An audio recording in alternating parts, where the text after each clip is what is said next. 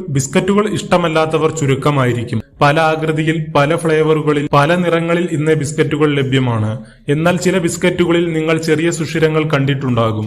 ഉദാഹരണത്തിന് ക്രാക്ക് ചാക്ക്, 50-50, മൊണോക്കോ തുടങ്ങിയ ബിസ്ക്കറ്റുകൾക്കെല്ലാം ചെറിയ സുഷിരങ്ങളുണ്ട്.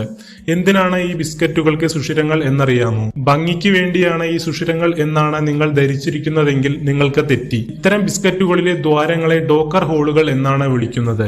ഈ ദ്വാരങ്ങൾ ബിസ്ക്കറ്റിന്റെ നിർമ്മാണവും രൂപകൽപ്പനയുമായി ബന്ധപ്പെട്ടിരിക്കുന്നു. ബേക്ക് ചെയ്യുന്ന സമയത്ത് വായു സുഗമമായി കടന്നു പോവാനും ബ്രെഡ് വികസിക്കുന്നത് പോലെ വികസിക്കാതിരിക്കാനുമാണ് ഈ സുഷിരങ്ങൾ ഇടുന്നത്. ഇത്തരം ബിസ്ക്കറ്റുകൾ നിർമ്മിക്കാൻ മാവും പഞ്ചസാരയും ഉപ്പും ചേർത്ത മിശ്രിതം ഷീറ്റ് പോലുള്ള ഒരു ട്രേയിൽ വിതറുന്നു. ബേക്ക് ചെയ്യുന്നതിന് മുൻപായി പരത്തിയ ഈ മിശ്രിതം ഒരു മെഷീനിന്റെ കീഴിൽ സ്ഥാപിക്കുന്നു.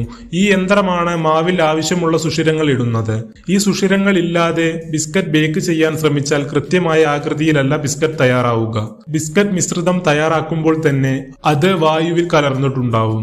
അങ്ങനെയുള്ള മിശ്രിതം ബേക്ക് ചെയ്യുമ്പോൾ കുമിളകൾ രൂപപ്പെടുകയും അത് പിന്നീട് ബിസ്ക്കറ്റിന്റെ ആകൃതി കൃത്യമല്ലാതാക്കുന്നു. യന്ത്രം തുല്യ അകലത്തിലും വലിപ്പത്തിലും സുഷിരങ്ങൾ ഇടുന്നതിനാൽ ഒടുവിൽ ബേക്ക് ചെയ്തു കഴിഞ്ഞ ബിസ്ക്കറ്റ് തയ്യാറാകുമ്പോൾ കൃത്യമായ ആകൃതി തന്നെയായിരിക്കും.